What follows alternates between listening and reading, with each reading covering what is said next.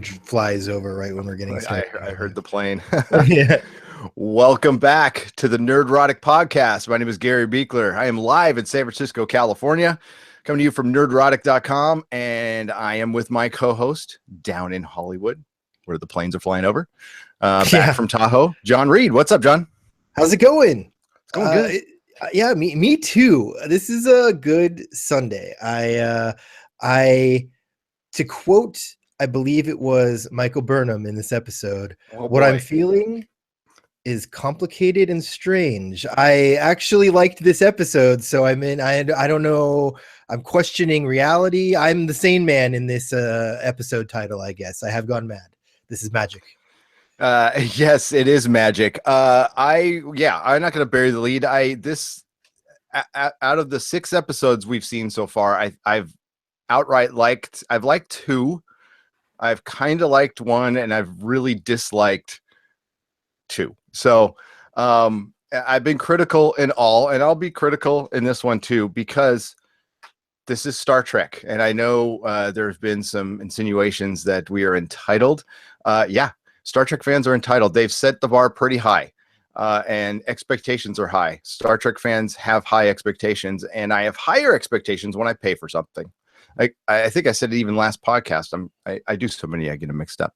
But John, if this was free TV, I'd have a different view of it, a slightly different view. Sure, yeah, I agree with you. I mean, if you're asking me to show up at a theater or buy something, I'm expecting like a premium service or item or whatever. But at the same time, like, good TV is good TV. And tonight, I felt like it was the first episode where end to end they gave me like enjoyable television. Now, it was derivative, right? Like, I've seen this episode before. I texted you and said, hey, this reminds me of season 6 Buffy, when the trio is testing her and the time loop is happening inside the magic shop and she's got to figure out how to get out of it. And, we've seen this story a bazillion, Groundhog's Day, we've seen this story a bazillion times before. But what I liked was that instead of I've decided they're not going to give us the expansive world building I expected from the show, and so we're really honed in on this one character and her journey through this time, right? Like, it's Michael's story, and to give us this episode, which was just kind of like a fun thing that happened to Discovery, and it didn't have to do with like the war or anything crazy outside of like, this guy wanted revenge on Lorca, he knew about Discovery, he trapped them in a time loop, they had to figure out how to get out. And that's like a fun experience for me to watch a show that's that kind of simple, when this show's been bogged down by a lot of like Star Trek canon and stuff. So I like it. I thought that they also integrated like Star Trek isms into this episode as well in a really fun way, especially bringing back Harry Mudd into the mix and having him maybe a little more similar to his original appearance in the original series. So I thought that they made a smart move in taking a step back from the overall story this week and just giving us kind of like a fun Michael-centric, quirky episode. Yeah, it was nice to see some humor injected into her character. It had been getting pretty dark and serious, and I saw a commenter of ours said early on that the show was mean, and I thought that was our show or their show. No, their show. She might have been talking about this, but I took it like that this show felt mean, and we were being mean. No, I don't think we were being mean. We're just being honest. That's all. I think we're pretty fair. Yeah, we take this one episode at a time, and I said it in the first podcast, if you haven't seen it, like I used to be a huge Star Trek fan, but I'm disconnected from that now. So I'm just kind of a Star Trek fan now. I love how you're going back and watching Enterprise right now, or Voyager. Yeah. Like, you're going back and watching some of this stuff. I have been lazy and have not done that. I'm busy rereading Runaways and X-Men comics for the Gifted and Runaways stuff that we're going to be doing and that we are doing. So I like that you're going back and watching some of this stuff that we weren't watching, Star Trek during those years when they made those shows. So it's how have you been enjoying that experience of rewatch? What is it, Enterprise? Yeah, I've been watching Enterprise, and what I did is I watched the whole first season of Enterprise and didn't like it. I jumped in 3 and 4, and I've just kind of been picking I don't have a ton of time, so I just picked 5 episodes from each and watched them. How's that And process going? Is it good? it's good. And what I do is I hit Wikipedia, and I look at reviews, and hit Reddit a little bit, and just pick 5 of what people were talking about the most. And I'm not going to get into it, but it was good. It lent context to this show, because a lot of this stuff was like really shocking to me, because the last Star Trek series I really watched all the way through was Voyager, like back in the day. So this is so different from Voyager. Now, when you go through and you watch Enterprise, good or bad, it still wasn't the greatest show in the world to me. I'm not a big Scott Bakula fan, but Yeah. I think I liked it a little more this time. And Good. it's just nice to see Star Trek, but it lends context to some of the stuff that's going on, just the tone, the effects, the conflict within Star Trek. And Yeah, see, I it missed helped. that. So I came into this without having. I feel like you're right. I've missed a leap uh of Trek, of Star Trek, right? Like I've missed this stepping stone that I needed to like be more okay with some of the stuff going on in this show. I've always liked Star Trek for like the fun explorative nature of the show, and with the title of like Discovery, I thought that's really what the show is going to be. So it was really jarring to get this wartime Star Trek show. And to be honest too, I don't like war movies. I don't know about you, Gary, but I don't like war movies. I'm not like a big like Band of Brothers fan, like I don't, there's a lot of like war content that I just never really dug. And so like bringing that element, like the toasting to the 10,000 fallen soldier, like this aspect of like Star Trek happening in a war torn time, is also not something that I was really ready for. So again, it was nice to have this episode bring it back to like a sci-fi meta episode. Well, and that's something they did in Enterprise. There's Yeah. there's soldiers in Enterprise too. What watching this next episode, John, I had to like, am I going to keep watching this or not? And it just had to get to the point of, I used one of my little recovery tools. I used acceptance. Like, am I going to get over the fact? Because the only thing that really truly bothered me to the core was not even the change to the Klingons. It was the relation to Spock. So it's like, am I going to just get past this and stop? Because like, if you're watching the show this far in, you enjoy it or you don't hate it. Okay, like the hate watchers are done. They're not going to be watching the show anymore. I don't think so anyway. So, and I don't want to do that. So I still was getting, there was still pieces, and I said I would give it a full season. I'm going to give it a chance. And this was, like I said, people are going to think we're crazy that we kind of thought like this episode and not last one, because I know a lot of people were saying last one was the one where it turned around. I still disagree to this very day. I didn't dig it. But yeah, I did. This one was lighter in tone, and I know that's the kind of TV you like. Like I'm not a war movie soldier guy, but I mean, I dig space war. I like space war. I dig it. I like, every Arnold movie, Aliens, and I think it's interesting that they're bringing in, but it's not at all. They're on the periphery of the war. They're not in it. Right. Yeah, no, if And this were like, let's go kill Cylons, right? Like Yeah. if we were given that kind of a thing, like I'd be cool with that. It's more the like they're outside of the war looking in. That's weird about this show to me. But yeah, I let's really get into this episode though, because I felt like there was another quotation in it that made me that kind of encapsulated the tone of it, and I forget who they said it, but they said tonight's gotten weird but also very interesting. Maybe it was Ash after getting hit on by Michael, I don't know, but I felt that about this episode. Like it was trippy. It was like a cool trippy like sci-fi episode, and I still don't think I can explain how the time loop technology works. Maybe our commenters can, but and like why the ship had to keep blowing up. But that said, he had fun killing Captain Lorca over and over again, and to be honest, I've thought about that in my dreams over the last 6 episodes. So I guess we got to live through that over and over again. Yeah, and I like Lorca. Yeah. That's something about me. But they briefly, it was a time crystal, and Michael surmised that it must have been some form of fourth dimensional race that had figured out the technology because it was really unstable. That's why the Federation never messed with it. And Harry Mudd, I want to say Harry Mudd. I know, me too. I keep wanting to say Harvey.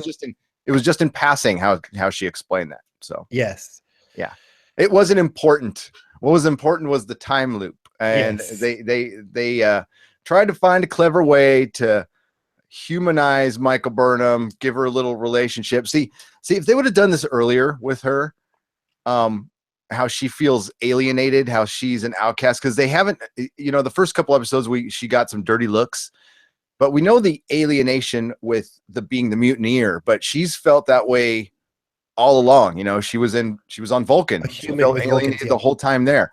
So they needed to really, I think they've been needing to tell this story a lot sooner, about like just how, because I had a hard time feeling sorry, and I don't feel sorry for her, but I had more sympathy for her in this episode, just through because she was dealing with a relatable thing. Yeah. Like, she likes this guy, she didn't know what to, and maybe that's not what you're talking about, but I felt like that's exactly what I was talking about. That was cool. I thought that was a cool way to do it. It wasn't a perfect episode, but it, just in the context of what we're seeing now, it was all right. But yeah, I started kind of liking her, and I've said all along, like, I want to like this character, and because she's the main character, and if I don't like this character, then I'm not going to stick with the show. So it looks like they put some effort into that. It still was inconsistent. Like there's still this episode kind of sits out like a sore thumb to the other ones because it was so light, but that's not a bad thing. And maybe it's a change of direction, or maybe they just gave us a little break. I don't know. What do you think? So I've got a theory about this, and it's more a production theory than anything else. One, it's written by two of the producers on the show, which you pointed out to me before the podcast, which it kind of reinforced what I was thinking about it, which means that this was a story that these two people who are producing this show have wanted to tell from the very beginning, right? Like, I don't know if they've written any other of the 6 episodes before it, but I don't think they have. And so, like, this is the first story that these two producers wanted to tell with this show that they're producing. And then secondly, the director is kind of a director for hire in Hollywood. He's done like episodes of Castle, of Arrow, of Once Upon a Time. He comes into shows and just directs like 1 or 2 episodes of a season or a series. And what I think is interesting about that is this guy was probably coming into this thing like, hey, I'm going to direct a Star Trek episode. And in his head, this is what Star Trek is, right? Like he has an idea of what Star Trek should be, which is different from like maybe what the showrunners or whomever has a vision for what Discovery is. And so he came in with this like interesting plot that was written for him and made it feel more Star Trek because that's what Star Trek is to him. So I kind of have this theory that it's kind of the this kind of standalone episode with a standalone director and like a quirky story from some of the writers who got their hands on an episode for this season. So I think there's a reason it stood apart, and I think there's a reason it maybe felt a little bit more like throwback Star Trek, a little, to me anyway. Oh, it did. It felt more Star. I'd be interested to see what other people think about that. But even like Tilly acted normal. Like, people acted normal in this episode, and that was the one thing. It was like there was the actual acting, and they acted normal. Tilly, maybe at the whole party scene was good. It's nice to see they still listen to 20th century music, and with a twist, a remix, with a little remix. So yeah, obviously music hasn't improved, which it hasn't really in the last 10 years. So why not the next 200? Yeah, what do you think of Hot Tilly, man? She was really working the room. I like it with her hair down. I definitely like her with her hair down. I mean, I understand, she's doing science. Okay, so you got to have your hair up for science. But no, I like seeing that aspect of her personality too. Like, she's very outgoing. Like, we know she doesn't have a filter, but like she was the life of that party, man. Like, playing beer pong or whatever she was playing. She chugged the beer, and like she was like trying to get Ash and Michael to talk or dance together. Like, I like seeing her in that atmosphere. I also liked in one of the time loops, she was doing science in her party outfit. And like, I was like, this is cool. Like, this is like a office work party where something goes horribly astray and everyone has to go start working again, or a couple people get pulled off to start working again. And it was fun. Yeah, it was cool in that way. And I liked oh my god, Ash was better in this. And you know, I still think he's right for betrayal, though. I think this was a big setup episode, by the way, for his betrayal. I know there's the theories about him, and this did nothing to change it. Although, I mean, he's acting awfully human for this theory, but you know, who knows? And when they were in a 30-minute time loop. We assume you watched the episode, and he was in Mudd's prison cell. He was a prison mate with him. He was a cellmate. So they kept on trying to get Stamets, I guess, tried to get information out of him, and he wasn't believing, because Lieutenant Stamets is caught outside the time loop because he's driving, you know, the spore drive now. Which, I mean, that was actually the most interesting part of the episode to me, was him acting so differently. So the first time we saw him was actually the first time that happened. He wasn't recognizing the time loop or anything. He was just being all giddy and happy and kind of drunk. So we know something's happening to him. We're just not sure. But then the next time we saw him, he was like, whoa, we've done this before, you know? And then each time he was getting a little more desperate, but his personality has absolutely changed. Like, this is a different Lieutenant Stamets than we've had in previous episodes. I mean, so was the first Stamets? So was the first Stamets in chronological order that we saw? Is that like real? Like, I didn't understand why he was being so nice. It seems so weird. And then we find out like right after that he's experienced it before. I assumed that we didn't come in on the first loop. Like, I assumed that nice Stamets was just Stamets like being like, well, none of this shit matters, so I'm just gonna be weird. You know, like in Groundhog's Day when he just starts doing crazy shit. Yeah, I mean, that could be it too. I have no idea. I just assume we caught it on the first time, but that could be right. That makes sense. There wasn't a lot. They didn't explain that very well, but you know, there's a lot of things in it, especially when I watch a ton of Doctor Who, and you know, not that explains time very well at all either. But they didn't really get into the minutia of the time, which is probably good because you just don't want to think about that stuff. They were caught in the 30-minute loop. It's a formula that's I mean, God, Doctor Who used it 2 years ago in Heaven Sent. So and very well, by the way. And this was just a way to get some more characterization. You know, they've taken a long time for us to get to know the crew. Okay, which, you know, the Orville, I still think, has done such a better job. I mean, we knew the entire crew within 2 episodes, so we're still figuring people out. I loved when Harry Mudd took over the bridge, and one of the guys tried to like fight him at one point, and he was like, "Not you, random communications officer, man." And I was like, "That's how I have felt about this show for such a long time. Like, everyone's random communications officer, man. Man who nods, woman who nods." I just thought that was really fun. Like, there were a couple times in this episode where it did get meta for me, where like, you know, he's coming aboard to like just kill the cast over and over again, or like kill, you know, Lorca over and over again. We got random, you know, whatever, man. I feel like this could be the course correction I've been waiting for, although the scenes from the next episode make it look like maybe it isn't. But I know a lot of people have liked the last few episodes. This is the first episode where I was entertained from beginning to end. So anyway, a lot of people a few people in the chat room right now are saying this should have been told from Stamets' point of view. Oh my God, I have that on my notes. You people are brilliant.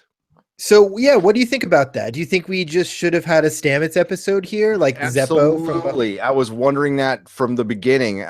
You know, I know they were trying to weave in the humanizing Michael angle, which was good, but I agree that, I mean, he was the focal point. It was really odd to have him outside of it. It's different writing, I guess, but I don't think they wanted to let on too early what's going on with him. And I know I'm pretty convinced that it's the mirror universe, or Do you think a this whole version thing is of it. taking place in the mirror universe? I know I'm jumping around with questions. I've seen people praying to that effect, and I'd be okay with that. I'd be totally okay with that if they. And we could talk about. I was going to talk about at the end of the podcast, kind of like what it could do to right the ship, and I'll remember to come back to that. But yes, to that point, we missed the fact that like a couple episodes have ended with people staring in a mirror, and remember how I was bitching about being chased through the thing, quoting Lewis Carroll, which is through the looking glass. Yes. I feel like there has been at least one like looking glass type reference in every episode now. I think we should probably go back and really figure out what, all of them. But yeah, I think that it speaks to these Easter eggs kind of speak to the fact that it probably is having or taking place, at least if it's not this whole series is in the mirror universe, which for a anthology series that it was originally supposed to be, I think that would have been an interesting twist. Or if it's not, it's going to have to deal with the mirror universe pretty heavily at some point, especially after introducing it pretty outright at the end of the Stamets episode where he takes over the spore drive. Definitely. I honestly think that when they started the show as an anthology, and I think they wanted to keep it Kelvin, but they couldn't because of the rights issue. So, because when they announced the series and they put it into production, the Star Trek movie brand was still good or still considered good and viable, and they wanted to make it look like it as much as possible. Then time passes, Star Trek movie brand goes kind of down the tubes. They change their mind. Creator leaves. So I think they were just stuck with what they're stuck with. I guarantee you this is going to take a huge tonal shift either at the second half of the season or definitely in season 2. Because this has been a hodgepodge. I sent you a list of all the executive producers on this.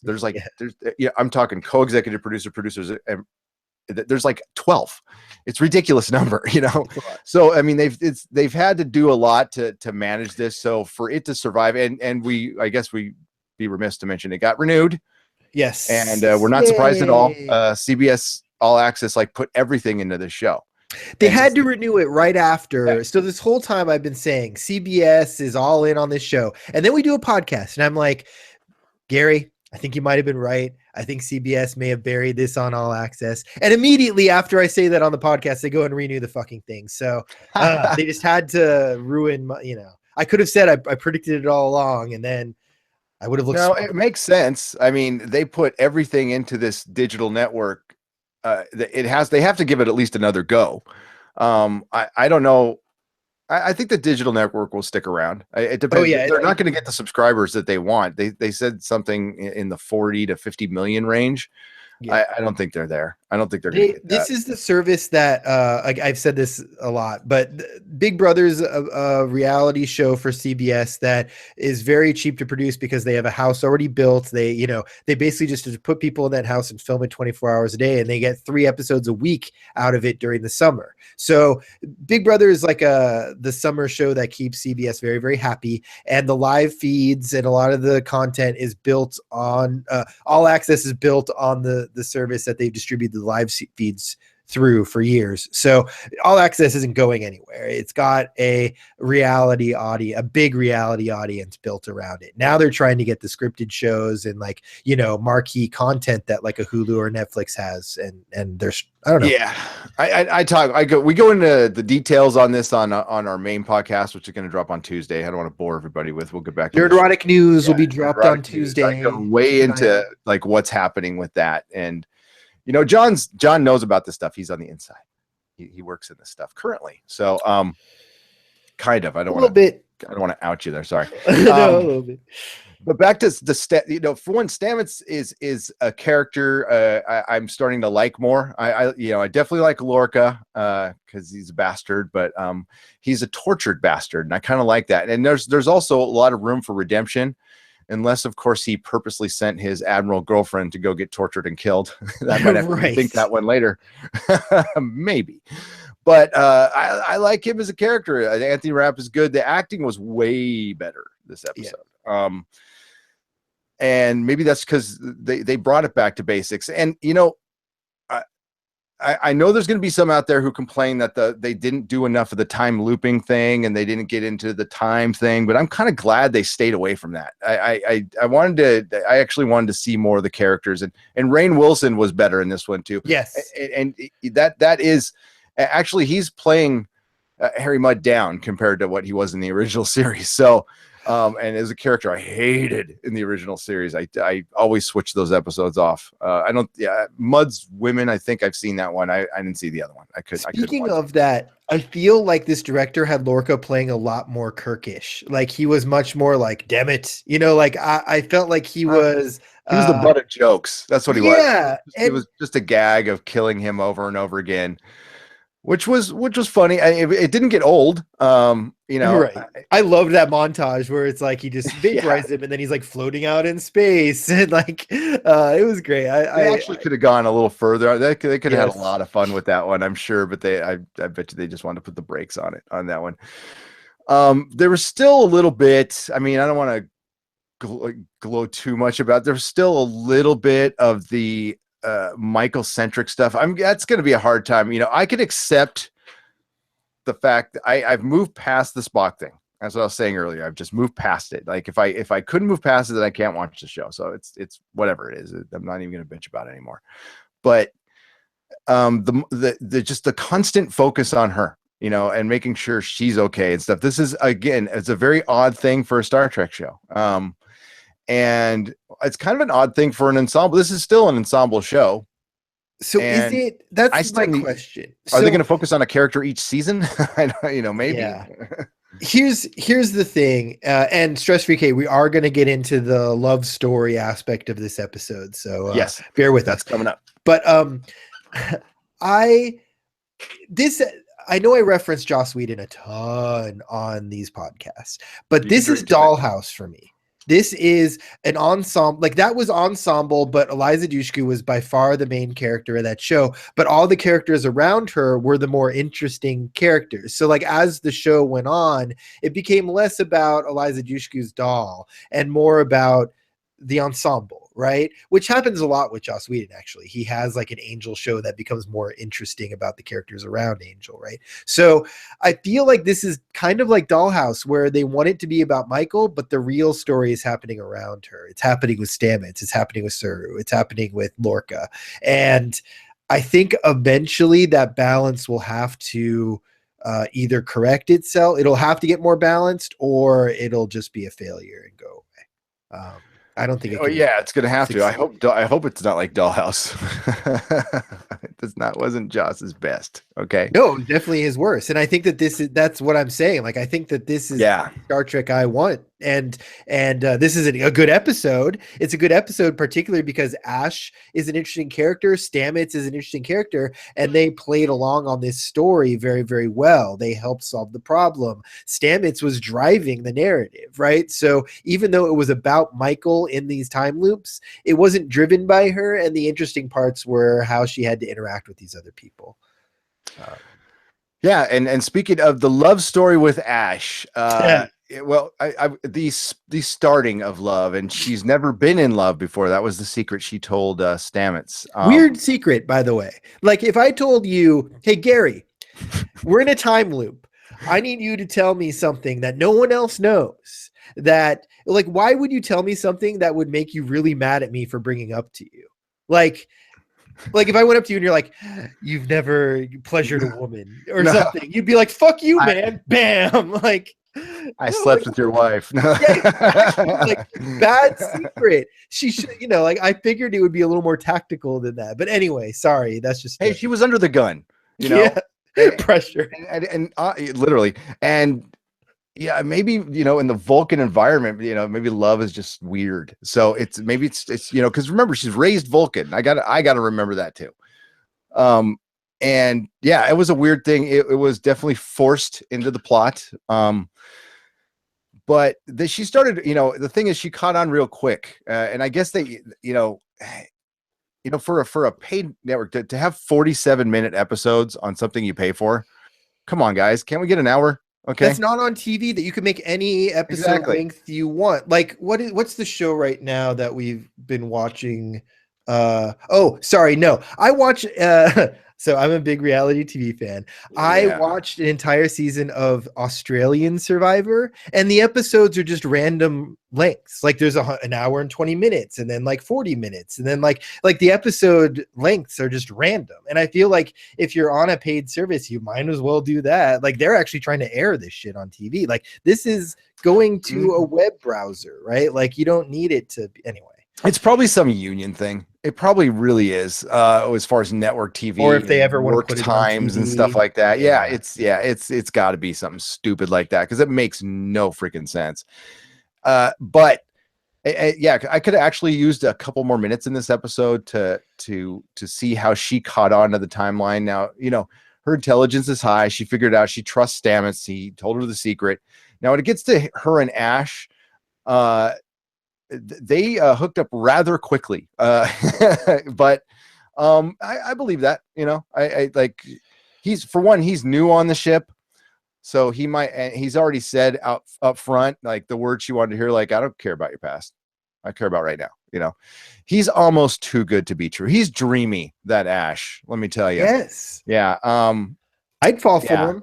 Yeah. So he's a Klingon. He's going to kill everybody. That's what I think. I don't know. Yeah, I think they're if anybody's shipping those two, they're going to break your hearts, man. They're going to break your hearts. I could be wrong on that one though.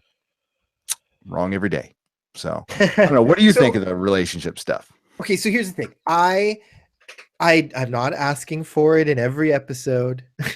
I do not want this show to be a will they won't they between Ash and Michael for an entire season or series, right? Like this isn't Friends.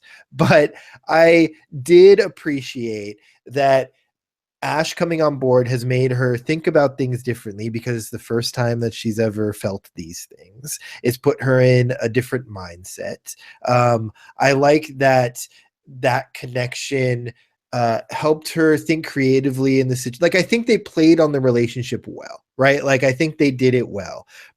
She had to go to this party that she's stressed out about, and the boy that she likes is at the party and everyone likes him and she feels awkward. Like it gives me perspective on Michael that we haven't really been given. She always felt sort of arrogant and like she felt above everyone else. Like she's had this kind of air about her that I haven't really liked. I haven't really connected with her as a character. This made me feel for her in ways that I hadn't felt for her in previous episodes. And I think that was much needed. Now, again, I hope that this whole show doesn't turn into that. But that element in this episode I did actually like. Yeah. And we're definitely taking this one show at a time. I really do not look at anything before I do these recaps. Not that they're this sacred thing. We miss stuff. We do them right. We do this right away. I'm busy. Okay. I got a household actually today. Well, and we watch these at 5:30 and then talk about them at like 7:20 or whatever. We have to set up our we try to like look around to see if there's any like big stuff. But like we've missed little things each episode. We missed the theory that Ash maybe isn't who he seems. We missed some of the mirror universe stuff. We've missed some of the canon callbacks. But this episode there's probably something we've missed out there as well. Probably having to do with Harry and the technology he stole and where it came from.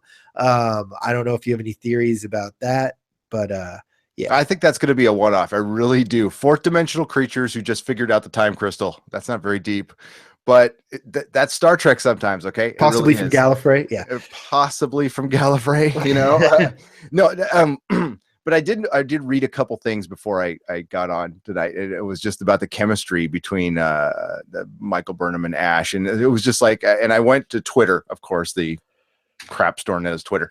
And it was just back-to-back tweets. There was no chemistry between them at all. It was terrible. Followed by, they had so much chemistry. It's like, that's this show, man. That is this show. It is unnecessarily divided Star Trek fans, for good or for bad. It's already happened. I mean,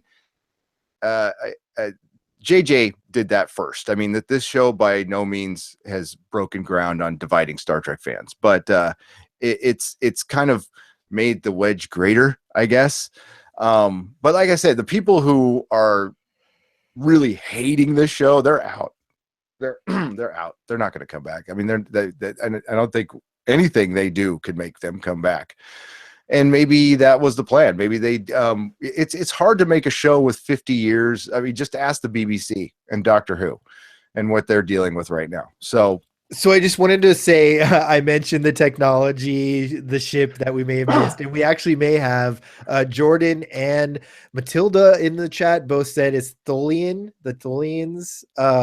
So I guess this fits into the greater Tholian Web. Yeah. My favorite episode. Yeah? Love oh my God, I love the Tholian Web. So do you think that that's possible, that the technology came from the Tholians? And that's absolutely. That's interesting. Hell yeah. That would be great. No, I freaking love that. Do you know that it's the one where Kirk's not even in it? He's like a ghost and they're building a web around the ship, and it's William Shatner doing this for an entire episode. As a ghost. It's so funny. It's a great episode though, man. Yeah, the Tholian Web. Oh man. That would be really cool. No, there's stuff there in every show there's been elements of something that could be very cool. It's just been, and I can't even, blame the writers and the creators. They're out to make a show and they got to satisfy everybody. And when you try to satisfy everybody, you satisfy nobody. And I think they just picked a side. They just go, we're going to do this. And that's it, and I can respect it. They haven't pulled it off very well. I mean, no, my issue with this has always been, and this is first and foremost for me, I want to be entertained by my entertainment, right? Like, I'm not a biopic fan. Like, I don't care about the historical accuracy of Ray or something, but I do want something to be entertaining. And I'm not, there are shows that entertain some people that, it's all subjective. So going into this, my criticism of the show has always been, I haven't connected with it yet. There are worse produced shows, worse written shows, worse acted shows that I've connected with quicker than I have with this, which has more money, more talent behind it than the ones that I've enjoyed more. So it all comes down to me like, hey, did I enjoy the last hour of my life watching this thing? And there are also shows that aren't meant to be like enjoyable in the moment, which those are shows that people like Mr. Robot, right? Those shows, it's such a great TV show. I am just not a fan of it because I don't enjoy my experience or the mood that it puts me in. I get really down on things when I watch it, right? But that's effective storytelling. So for me, it's always about, is this thing enjoyable? Which isn't everyone's standard. And so that's where I come off with Star Trek is like, I haven't connected to an episode until tonight. And so tonight might not be the best episode of the show, but it was the one that I actually started connecting with these characters. And I think that's important. So I might be more happy going forward. Hey, what is the name? I'm trying to look up the name of our not the ensign who got to make out but still haven't said very much with the little metallic piece in her face. Why hasn't she talked to Michael yet? Maybe she can't talk. Maybe her vocal cords got severed in the fight. I don't know, because she hasn't said anything, and I know that that actress can act because I've seen her act in stuff before. But I'm talking about the full on the robot. The robot dude. The robot girl. The robot girl. Yes. I don't know. She got a line. She got a line this episode. I think her name is oh my God, I just had it right now. This is terrible. Ariam. I could be wrong on that one. They don't show a picture of her, but that's the one I want to know about. Is that weird? Because I think her look is awesome. I think is that is it early Android tech? Is that a precursor to Data? Maybe, I don't know. These are things I want to know. Awesome. Yeah, it's and yep. And there's it reminds me on the Orville, there's the robot that's like a C-3PO, like Hitchhiker's Guide type robot, right? And it's like, I imagine Robot Girl to be kind of like that. Yeah. Oh my God. That robot on Orville is Marvin and C-3PO if they had a kid. Yeah. Right on. Marvin the paranoid android. There you go. Oh man. So where do you think they're going? Okay, first of all, let's talk about how they got out of the time loop. What exactly? So basically they found the non-essential parts of the computer that Harry couldn't have taken over. They use that to their advantage, and then they find out that Harry is actually on the run from his Stella, and I don't know what exactly is the dynamic there. For one, we know Captain Lorca was killed 53 times, so they must have doubled that. So it took them 106 times for them to figure out that the non-essential stuff wasn't being messed with at all by which I can't believe that he's able to. Well, let's just say it's the Tholians. Let's just say he was able to get some Tholian technology, break out of a Klingon prison, break into the baddest ass bank in the galaxy, but he doesn't check out the non-essential stuff that's got all his background. He didn't turn off the internet connection, basically. Exactly. He didn't put a password on it or something. I don't know about that. He blocked 911, but no other phone numbers. Yeah, right. Yeah. That very end. Okay, so yeah, whatever. But the very end, the end where it's Stella shows up. And looking good, by the way, looking good. She didn't age well in the next 10 years, but she's looking good right now, Yeah. And okay. So, and they don't put him in. So he kills the entire crew over and over again, and they let him just go off with his girlfriend. It's very forgiving of Lorca. I mean, I liked that who was willing to send his admiral girlfriend to go get tortured to death by the Klingons. Right. But this guy, can go, have a nice home life. Yeah, it was a little strange. I think it's because he wasn't really in charge of this plan at all. This was more of a, Michael Stamets Ash production joint, if you will. It was. And did it not and when I first messaged you, I'm like, man, that was a 90s Star Trek episode. But actually, I'm going to say that's an original series ending right there. That was straight out of 60s television. Yes. This director has done Once Upon a Time directing, and maybe it's coming from that universe over here. That's how they end episodes on ABC. Yeah, seriously. Crazy. And but one of the writers wrote Eight-Legged Freaks too. Nice. Ooh, that's fun. So what do you think? Yeah, so I like that they tricked him, basically. They made him feel good. He let the time thing run out. He's like, oh, I got everything I want. I can let the loop expire. Well, you see the thing on his hand disappear, and then they trap him. But it's how they trapped him, which was that Michael was the single most important thing. Of course. It's like, again, very meta. I went, oh, when they did that. I was just like, oh, you had me till right there, but I still liked it. That's a kind of a joke, right? Like I take that as kind of like another meta moment. A same like, hey, random guy over here on the bridge. That to me was like, yeah, she's the most important thing to everybody, because that's what this show's about. The Japanese Empire could take Truman or the A-bomb, and they decide to go after Truman. I mean, that's what? That makes no sense. The A-bomb. We got both. Yeah. At what point was he like, this is a little too good to be true? So yeah, they call his girlfriend and her dad. So so here's what I don't understand. Was he in debt? Like, where did the bad debt, like, why did he run away in the first place? I know that they explained it. I just didn't really care enough to pay attention. So what's the story behind Harry? Is he on the run from them, or did he run away because of them, or what's the deal? He borrowed a bunch of money, and they got behind on his payments. So he's a grifter. So he bought a moon or something like that, and this is and got behind on his payments, and had to go on the run for a year. Yeah, and kind of like the Morticia Addams. She's like, I know what you do. I'm cool.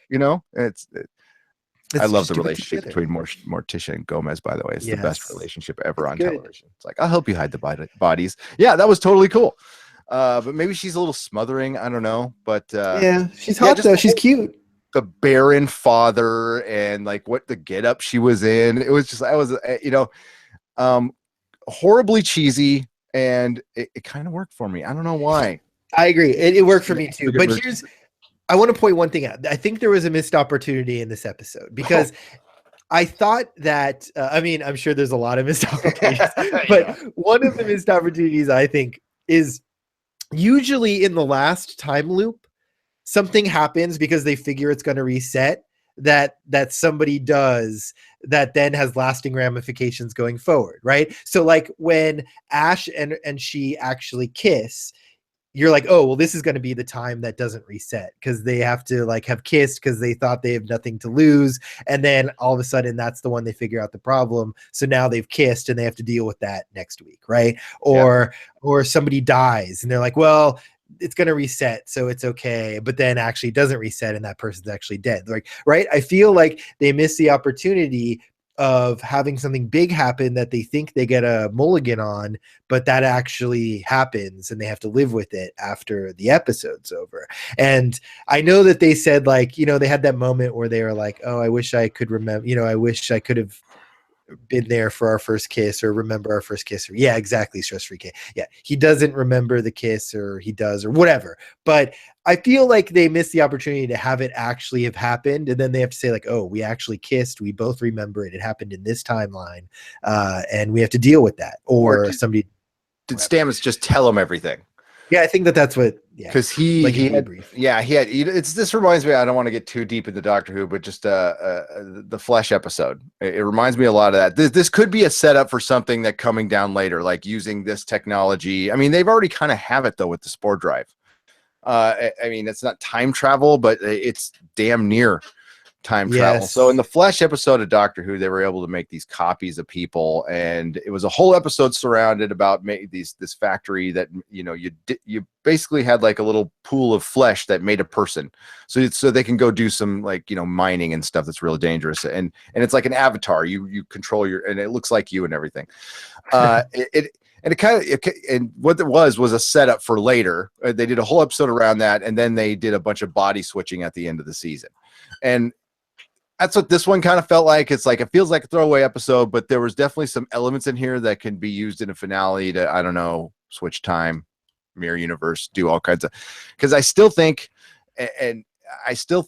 for one way to fix this show is to actually kind of put it in the mirror universe. I'd be okay with that. Or I like that too. Or them going to the mirror universe and they can't come back. And that would explain why we have never heard of Michael from Spock. You know, and you know what? Our co-host Dennis in our podcast yesterday did point out to me that they've done that. They have done this before. Okay. In Star Trek V, Spock had a brother that came out of nowhere, and it's a very forgettable movie. Saw it in the theaters. But Spock has had, you know, half brothers before. So, you know, I'm softening on that a little bit, and we've never heard from him since. I'm sure there's been some one-off mention of him somewhere that I don't remember, but so it's been done before, and Sarek is a player and an asshole and a pimp. He's a Vulcan pimp. But yeah, so I don't know. I think a way to fix the show definitely would be do the mirror out, play, you know, go ahead and play with.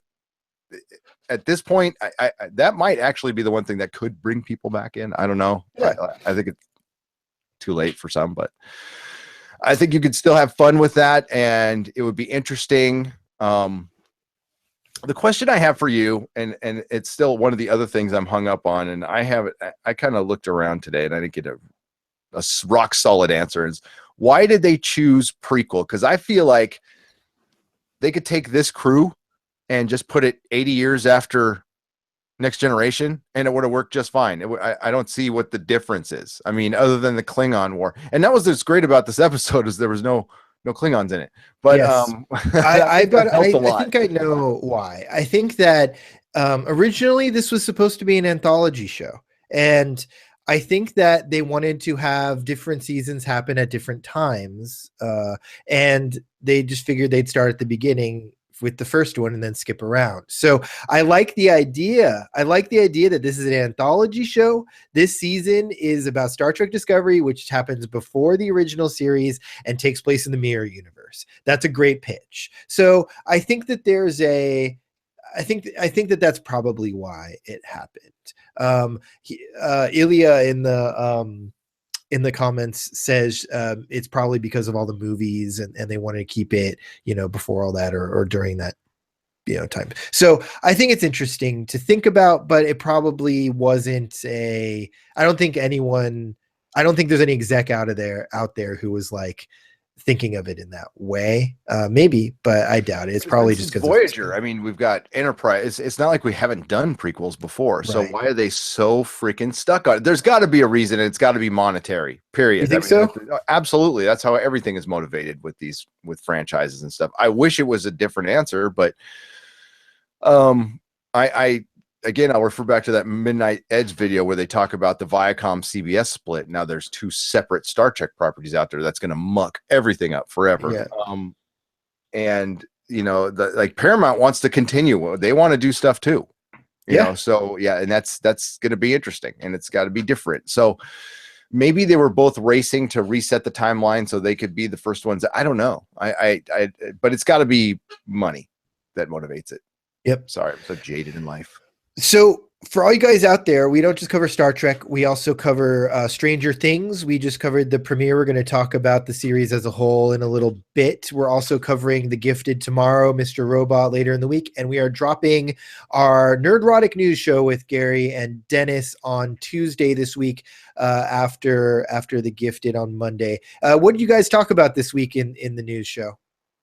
We talked about Star Trek Discovery. Nice. So we talked about the motion capture lawsuit going on right now. The motion capture technology may have been stolen, and the Hollywood studios knew about it. And the guy is going for their throat and their heads. He's trying to get characters. He's trying to get actual characters. Rights to characters like Iron Man and stuff. It's a crazy lawsuit. Intellectual property law is fascinating. We also talk about Preacher being renewed. Cool. And Daredevil, and we dive if you're a comic nerd, we get really into what's going on at Marvel right now. So sweet. So yeah, check that out on Tuesday, Nerdrotic News episode 109.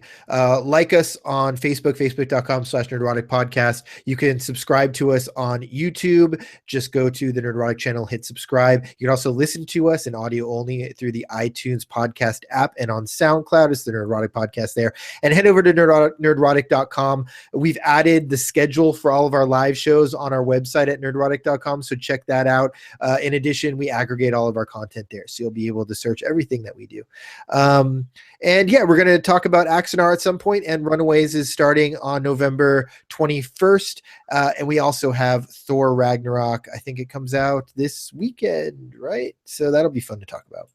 Yeah. And I'm going to be off of my day job. So we're going to be doing lots of little fun reaction videos. Also, I want to put out at the end of our news podcast, we have some prize. We're going to re-announce some prize winners who have not contacted us. So it's going to, if they don't contact us, it kind of goes back into the hat, and then we choose somebody else. So there's a couple of prizes out there from Tick, from Preacher, and all the way back to American Gods. American Gods, exactly. Prizes. So there's awesome stuff. So if you don't want to watch the whole podcast, fine, go skip to the end. But I'd like you to watch the podcast, but skip to the end if you want to see what the prizes were and how you win, because sometimes we do prizes. So yeah, this episode of Star Trek, I enjoyed it more than the rest, although I recognize that it's probably not for everybody. If you were liking some of the earlier episodes, this probably was a step back. But for me, it was just a fun episode of TV that I connected to some of these characters a lot more. So I'm hoping next week they continue with making the characters stand out, like expanding more. I'd like to see Michael talk to some other people that were maybe hurt by her decisions to mutiny at the beginning of the series. And from the previews for the next episode, it looks like it's going to get really action packed again. So I don't know how much I'm digging that going back to that, but how many episodes do we have left of the show, Gary? Two more, two more, and then take so a it's break, the penultimate, and then then it comes back at the end of January. Great. Yeah. So yeah, I like this episode, and I've liked parts of other episodes. On the whole, though, I'm still taking it one episode at a time. I'm not fully on this series yet. I want to be, but it's got some work to do. But yeah, I don't want to be just a hate watcher either. That's if it was going to be bad for me one more episode, you might have had to find another co-host. No, me too. I was definitely feeling very low. This episode gave me hope. I don't know if it's unfounded or not, but I enjoyed it. It's all they need to do. just give me an episode that I enjoy, and I'll keep hoping that the next one is one that I'll enjoy too. And I've be sat glad- through bad God. seasons of lots of shows. Yeah, I have too, but just be glad you're Star Trek. You know, a lot of people are going to be very some won't, but a lot will. We'll give it a much bigger chance than normal because of Star Trek. And you know, we miss Star Trek. And, you know, I like having Star Trek on television. I just wish it was on free television. It's called the Orville. It is called the Orville, which is a good show, man. Yeah, That's a good show. I like it. I got to watch this week's, so maybe I'll do it now. Yep. All right, man. All of our links will be in the description once this is going to turn into a video. John, did we get some pretty good comments there? Yeah, we got a lot of comments. Thanks for commenting in the chat throughout the live shows. Keep coming back. I like, you know, I'll type in there. I will answer your questions and you know, react to them. In the podcast. So if you'd like to join us live, we like having you. Otherwise, if you're watching this in the archives, you know, hopefully there's not too many we hate Star Trek comments on this video like there have been in the past. But, you know, whatever. Everybody's welcome to just have the debate. That's cool. Yep. I'll be there reading them. I'll be there having the debate. But I get a notification on my phone every time somebody comments, so I read them. So, yeah, cool. John, may the small folks sing songs for your greatness. Awesome, awesome, awesome, awesome. Bye, everybody. Have a good one. Come back for the gifted. See you next week. Yeah.